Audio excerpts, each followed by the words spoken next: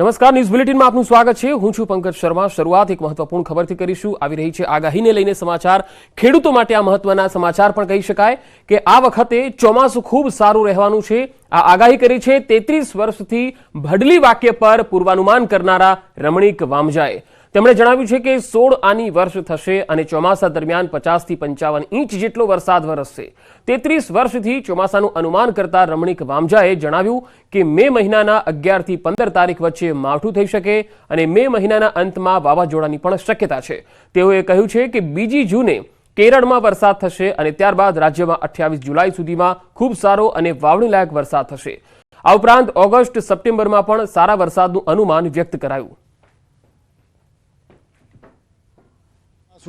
જે અત્યારે વર્ષ સારું જાય તેવું મારું પૂર્વાનુમાન છે ને તારીખ 11-5 થી 15 માવઠું થશે અને 29-5 થી 31 એક વાવાઝોડા છે વરસાદ રોહિણી નક્ષત્ર થાય અને બે છે કેરળની અંદર ચોમાસું બેસી જશે। 15-6 અને 17-6ની અંદર અમુક જગ્યાએ સૌરાષ્ટ્રની અંદર વાવણી લાયક વરસાદ થાય અને 28-6 સમગ્ર સૌરાષ્ટ્રની અંદર વરસાદ સારો થાય તેવું મારું પૂર્વાનુમાન છે।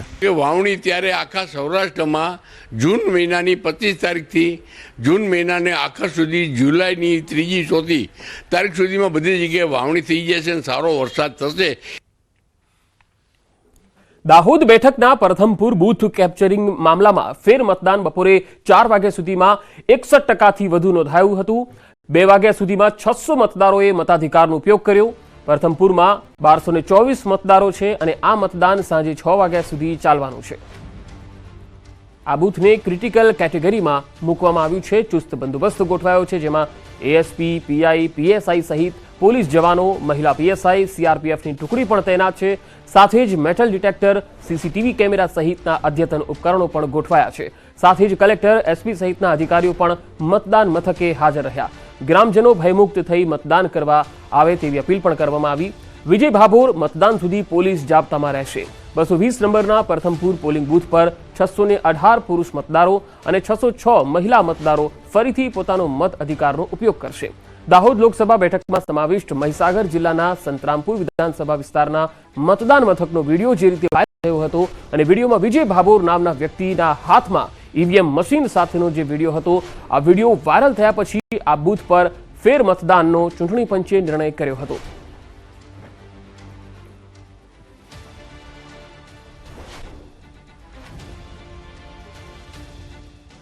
તો બપોરે 4 વાગ્યા સુધી 61% મતદાન થયું છે। હજુ 6 વાગ્યા સુધી આ મતદાન ચાલશે। હાલ પોલીસનો ચુસ્ત બંદોબસ્ત ગોઠવવામાં આવ્યો છે। દાહોદ બેઠકના પ્રથમપુર બૂથ પર અત્યારે ફેર મતદાન ચાલી રહ્યું છે। 61% જેટલું મતદાન 4 વાગ્યા સુધી નોંધાયું છે। બે અલગ અલગ તસવીરોમાં આપણે બતાવી રહ્યા છીએ કે જે મતદાતાઓ છે તેઓ પણ સ્થળ પર આવી રહ્યા છે, ફરી એકવાર પોતાના મતાધિકારનો ઉપયોગ કરી રહ્યા છે અને પોલીસનો પણ અહીંયા ચુસ્ત બંદોબસ્ત છે। તમામ લોકોને મતદાન કરવા માટે આવવા માટે અપીલ પણ કરવામાં આવી રહી છે। વિજય ભાભોર નામનો જે શખ્સ હતો અને તેણે આ બૂથ ઉપર કેપ્ચરિંગ કરી અને ઈવીએમ પોતાના હાથમાં લીધું હતું। હાલ સંવાદદાતા મિતેશ મારી સાથે જોડાયા છે। મિતેશ, હાલ પ્રથમપુર બૂથ પર કયા પ્રકારની સ્થિતિ દેખાઈ રહી છે? બિલકુલથી પંકજ, જો વાત કરવામાં આવે તો બૂથ કેપ્ચરિંગને લઈને આજે 11 તારીખે અને વહેલી સવારથી જ આજે મતદાન મથક પર મોટી લાઈનો જોવા મળી હતી। મતદાન યોજાયું હતું। જો કે વાત કરવામાં આવે તો અહીંયા વહેલી સવારથી જે મતદાન યોજાયું હતું તેમાં મહિલાઓ અને પુરુષોની મોટી લાઈનો જોવા મળી હતી। બપોર પડવા આવી 2 થી 3 વાગ્યા સુધી પણ મોટી લાઈનો જોવા મળી હતી। કહી શકાય કે ક્યાંક ને ક્યાંક આજે 4 વાગ્યા છે અને 61% જેવું મતદાન નોંધાયું છે, ત્યારે 732 મતદારો એ પોતાનું મતાધિકારનો ઉપયોગ કર્યો છે। ત્યારે વાત કરવામાં આવે તો 1224 જેટલા મત અહીં મતદારો છે, ત્યારે હવે કેટલા ટકા મતદાન નોંધાય છે તે જોવું રહ્યું। જી મિતેશ, આભાર માહિતી આપવા માટે। વધુ એક મહત્વપૂર્ણ ખબર આવી રહી છે। પંચમહાલમાં નીટની પરીક્ષામાં ગેરરીતિનો જે મામલો હતો, આ કૌભાંડના મુખ્ય આરોપી ભાજપમાંથી સસ્પેન્ડ થયા છે। આરીફ વોરાને ભાજપે પક્ષમાંથી સસ્પેન્ડ કર્યો છે। પંચમહાલ જિલ્લા લઘુમતી મોરચાના ઉપાધ્યક્ષ હતા। પંચમહાલ જિલ્લા ભાજપ પ્રમુખે તાત્કાલિક સસ્પેન્ડ કર્યા છે। તો નીટની પરીક્ષામાં ગેરરીતિનો મામલો અને કૌભાંડના જે મુખ્ય આરોપી હતા એ ભાજપના પદ પર હતા અને આરીફ વોરા જેનું નામ આવ્યું છે તેને સસ્પેન્ડ કરી દેવાયો છે। ભાજપે તેને પક્ષમાંથી હકાલપટ્ટી કરી દીધી છે। પંચમહાલ જિલ્લા લઘુમતી મોરચાના ઉપાધ્યક્ષ પદે હતા અને તેમના પર આરોપ હતો ગેરરીતિ કરાવવાનો। તેમની ગાડીમાંથી અને જે 6 વિદ્યાર્થીઓ હતા તેમને નીટની પરીક્ષામાં ચોરી કરાવવાનો આરોપ હતો. જિલ્લા લઘુમતી મોરચાના ઉપાધ્યક્ષને પક્ષમાંથી સસ્પેન્ડ કરી દેવામાં આવ્યા છે.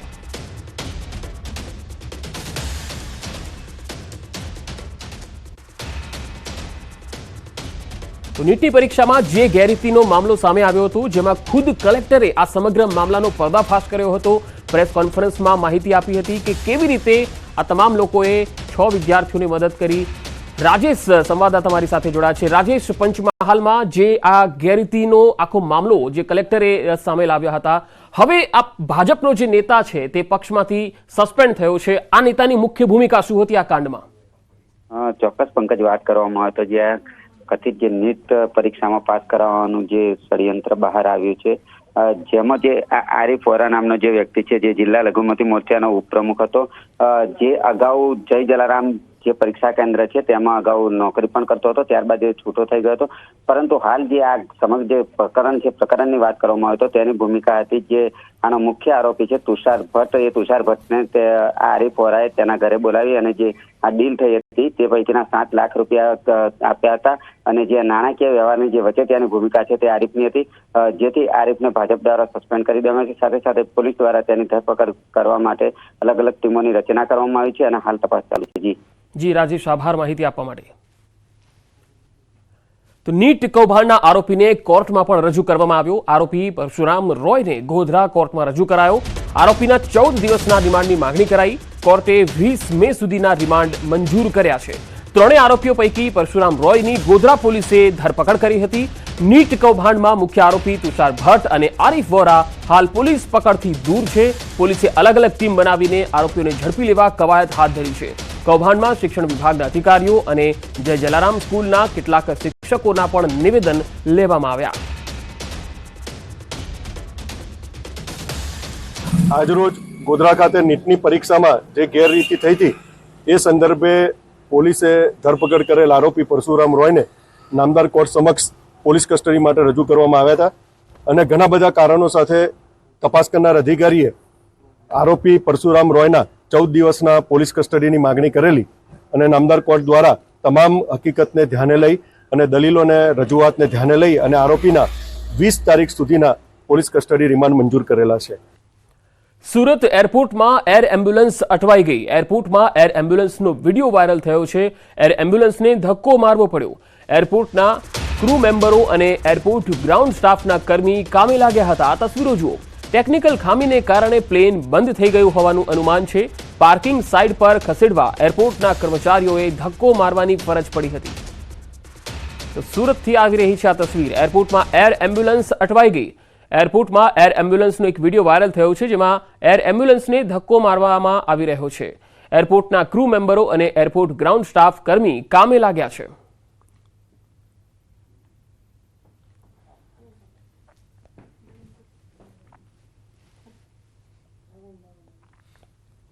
મોરબીમાં પેલેસ્ટાઇનના ઝંડા સાથે યુવકોનો વિડીયો વાયરલ થયો.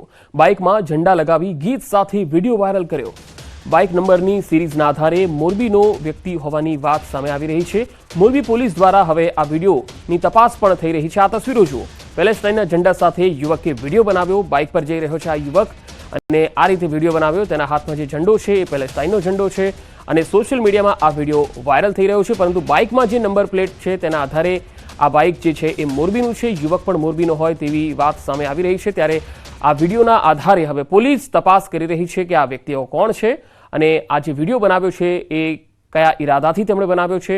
પેલેસ્ટાઇનનો ઝંડો લઈને આ યુવકોએ વિડીયો બનાવ્યો.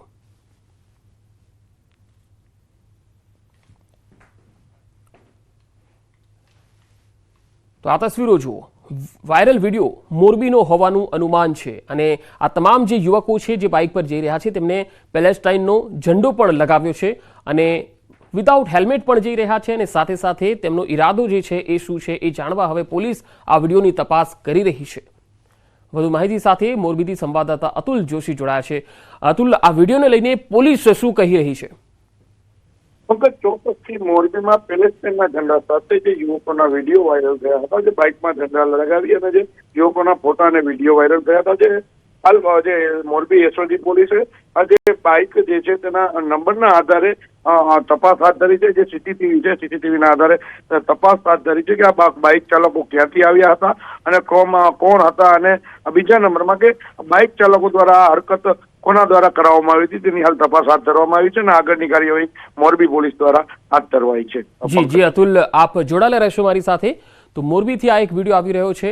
હવે બીજી એક ખબર પણ છે જે મોરબીથી જ આવી રહી છે. મોરબીથી જ એક બીજી ખબર છે. મચ્છુ 2 ડેમ ખાલી કરાશે. સમારકામ માટે મચ્છુ 2 ડેમ ખાલી કરવામાં આવશે. મોરબી માળિયા તાલુકાના 34 ગામોને એલર્ટ કરાયા છે. કોઝવેથી પ્રવેશ કરવા પર પ્રતિબંધ મુકાયો છે. 12 થી 15 તારીખ સુધી પ્રવેશ પર પ્રતિબંધ રહેશે. ડેમના 2 દરવાજા 2 ફૂટ ખોલીને 1400 ક્યુસેક પાણી છોડવામાં આવશે. વધુ માહિતી સાથે સંવાદદાતા અતુલ મારી સાથે જોડાયા છે. અતુલ, મચ્છુ 2 ડેમ જ્યારે ખાલી કરાશે ત્યારે કેટલા ગામોને એલર્ટ કરવામાં આવ્યા છે? ચોક્કસથી પંકજ, જે મચ્છુ 2 ડેમ છે, જે મહાકાય મચ્છુ 2 ડેમ છે, મોરબીની જીવાદોરી સમાન છે, જે આખા મોરબીને પાણી પૂરું પાડે છે, તે આવતીકાલ 12 તારીખથી 15 તારીખ સુધી બંધ છે અને જિલ્લા કલેક્ટર દ્વારા પણ કોઝવે પર પ્રવેશ કરવા પર પ્રતિબંધ કરવામાં આવ્યો છે. તો નીચાણવાળા આવતા મોરબી અને માળિયા તાલુકાના મળી કુલ 34 ગામોને એલર્ટ આપવામાં આવ્યા છે. ડેમના 2 દરવાજા 2 ફૂટ ખોલી અને 1400 ક્યુસેક પાણીના પ્રવાહથી હાલ પાણી છોડવામાં આવી રહ્યું છે. તો નીચાણવાળા વિસ્તારમાં જે ખેડૂતો જે રહેતા હોય છે, લોકો રહેતા હોય છે, તેને ખસેડવા પણ તંત્રએ અપીલ કરી છે અને તંત્ર દ્વારા પણ કોઈ લોકોને જાનહાનિ ન થાય તેના માટે કાર્યવાહી હાથ ધરાઈ છે. પંકજ. જી અતુલ, આભાર માહિતી આપવા માટે. વાત હવે બનાસકાંઠાની. બનાસકાંઠાના ડીસામાં પરિણીત યુવતી સાથે દુષ્કર્મની ઘટના સામે આવી. પોલીસે આરોપી ઇમરાન ઘોરીને ઝડપી 2 દિવસના રિમાન્ડ મેળવ્યા છે. ફાઇન આર્ટ્સનો અભ્યાસ કરતી પરિણીત વિદ્યાર્થીની તેના પતિ સાથે ઉત્તર ભારતના પ્રવાસે ગઈ. તે સમયે બસ ચાલકે તેના પેઇન્ટિંગના વખાણ કરી વિશ્વાસ કેળવી લીધો. બાદમાં સોશિયલ મીડિયામાં પણ બંને એકબીજાના સંપર્કમાં આવ્યા. આરોપીઓ ઇમરાન ઘોરીએ વિડીયો કોલિંગ અને રેકોર્ડિંગના પુરાવા એકત્ર કરી યુવતીનું બ્લેકમેલિંગ શરૂ કર્યું. બાદમાં ધમકાવી અલગ અલગ સમયે બસ અને કારમાં દુષ્કર્મ આચર્યું. આખરે આરોપીના ત્રાસથી યુવતીએ ઝેરી દવા ગટગટાવી આત્મહત્યાનો પ્રયાસ કરતા સમગ્ર ભાંડો ફૂટ્યો હતો. પરિવારે બસ ચાલક સામે ફરિયાદ નોંધાવી હતી. વોટ્સએપથી માંડી ઇન્સ્ટાગ્રામ બધું જ એ વ્યક્તિએ હેક કરેલ હતું અને એ વ્યક્તિની અંદર તમામ મુવમેન્ટ, એ છોકરી પોતે બી એક તમામ મુવમેન્ટ એને ખબર પડે એ રીતે એના ફાધર, મધર, બધા જ ફેમિલી મેમ્બર સુધીની ડિટેલ્સ એની પાસે હતી. આ બધી જ ડિટેલ્સના આધારે એ વ્યક્તિ ઘણીવાર એને મારી નાખવાની ધમકી પણ આપતો. એમના જે પતિ છે એના ઘર સુધી પણ 1-2 વાર ગયેલ છે એવી ફરિયાદમાં હકીકત ઉલ્લેખ કરવામાં આવ્યો છે. અરવલ્લીમાં ભાજપ નેતા પર હુમલા મુદ્દે સમર્થકોમાં રોષ જોવા મળી રહ્યો છે. મેઘરજમાં પ્રદેશ યુવા ભાજપ નેતા પર હુમલો કરવામાં આવ્યો હતો. આ હુમલાખોરો જે છે એમાં પૂર્વ નિયોજિત આ કાવતરું હોવાનો આક્ષેપ પણ થઈ રહ્યો છે. કાવતરું રચનારને ઝડપી લેવાની માંગણી થઈ રહી છે. લોકસભાના મતદાનના દિવસે જ આ હુમલો કરવામાં આવ્યો હતો. મોડાસા કલ્યાણ ચોકમાં સમર્થકોએ રોષ ઠાલવ્યો. જિલ્લા કલેક્ટરને આવેદનપત્ર આપી ન્યાયની માંગણી કરી. પ્રદેશ ભાજપના યુવા નેતા શ્રી હિમાંશુભાઈ પર જે હુમલો કરવામાં આવ્યો પથ્થર વડે, એને અમે સખત વખોડીએ છીએ. આ હુમલાના આરોપી 5 આરોપીની ધરપકડ કરવામાં આવી છે અને આ 5 આરોપીના પાછળ જે કાવતરું કરનાર માણસોને જલ્દીથી પકડવામાં આવે અને આગળની કાર્યવાહી કરવામાં આવે એવી અમારી સર્વ સમાજ વતી માગણી. રાજ્યભરની આંગડિયા પેઢીઓ પર સીઆઈડી ક્રાઇમની કાર્યવાહી. પીએમ, એચએમ, એનઆર પ્રાઇમ અને વી પટેલ નામની આંગડિયા પેઢીમાં રેડ કરવામાં આવી. અલગ અલગ 10 ઓફિસમાં રેડ કરતા કરોડોના વ્યવહારો મળી આવ્યા. સીઆઈડી ક્રાઇમે 18 કરોડ 19 લાખની રોકડ કબજે કરી. 1 કિલો સોનું, 66 મોબાઈલ સહિતનો મુદ્દામાલ કબજે કર્યો. 75 લાખનું વિદેશી ચલણ પણ ઝડપાયું છે. દુબઈ સાથેના કરોડોના આંગડિયાના વ્યવહારો મળી આવ્યા. સંચાલકો, કર્મચારી સહિત 10 થી વધુ લોકોની પૂછપરછ ચાલી રહી છે. જૂનાગઢમાં મોડી રાત્રે ડબલ મર્ડરનો બનાવ બન્યો. વાડીમાં પિતા પુત્રની ગોળી મારીને હત્યા થઈ. વંથલી તાલુકા. વડોદરામાં કરોડોના કૌભાંડી 12 વર્ષે પકડાયો. વ્યાજની લાલચે 3 કરોડથી વધુની છેતરપિંડી કરી હતી. આરોપી મોહમ્મદ નઈમ શેખ 12 વર્ષથી ફરાર હતો. સિનિયર સિટીઝન મહિલા સાથે વિશ્વાસમાં લીધા અને લોકોને વિશ્વાસમાં લઈ 10% વ્યાજની લાલચ આપી હતી. અગાઉ પણ જામનગર કોર્ટે તેને સજા ફટકારી હતી. ચેક બાઉન્સ કેસમાં કોર્ટે વોરંટ ઇસ્યુ કર્યું હતું. અરવલ્લીમાં રદ થયેલી ચલણી નોટો સગે વગે કરવાનું કૌભાંડ સામે આવ્યું. 13.39 લાખની રદ થયેલી ચલણી નોટ ઝડપાઈ. માલપુરના જોરીવાડ 3 રસ્તા પરથી રદ થયેલ નોટો સાથે યુવક પકડાયો છે. 500ના દરની 2292 અને 1000ના દરની 198 નોટો ઝડપાઈ. શહેરા તાલુકાના પાલીખંડા ગામનો જિગ્નેશ પટેલ બાઇક પર આ નોટો લઈને જતો હતો. માલપુર પોલીસે બાતમીના આધારે રદ થયેલી ચલણી નોટો સાથે આરોપીને પકડી લીધો. પોલીસે આ સમગ્ર મામલે આરોપીની પૂછપરછ હાથ ધરી છે.